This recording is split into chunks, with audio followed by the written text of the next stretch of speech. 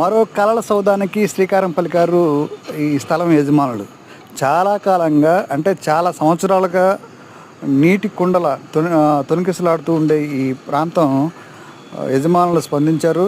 ఇక ఇక్కడ వారి కలల సౌధానికి బీజం పడుతుంది. అందుకే ఈ కుంటలాగా మారిన ఈ దీనికి వందలాది టక్కుల మట్టిని తోలుతూ ఉన్నారు. ఈ మట్టి అంతా తోలి ఇదంతా నింపి చెరువులా ఉన్న అంత లోతు గుంటలాగా మారిపడిన ఇప్పుడు అన్నీ పూర్తి చేయ ప్రయత్నంలో వాళ్ళు నిమగ్నమై ఉన్నారు. పూర్తి స్థాయిలో ఈడ ఒక పెద్ద అపార్ట్మెంటు రాబోతున్నట్టు కనిపిస్తోంది. ఏదేమైనా చాలా సంవత్సరాల తర్వాత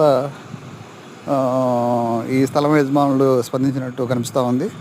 ఇప్పటి వరకు కొన్ని సంవత్సరాలుగా ఇది పక్షుల సంరక్షణ కేంద్రంగా ఉంది.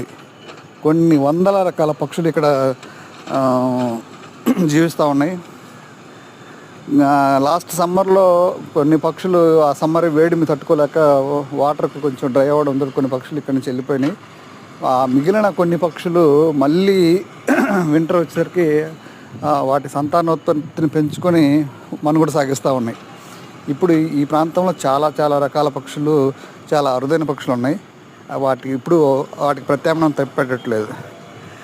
అవి ఎక్కడన్నా ఇప్పుడు ప్రత్యామ్నాయం చూసుకోవాలి ఇంకా.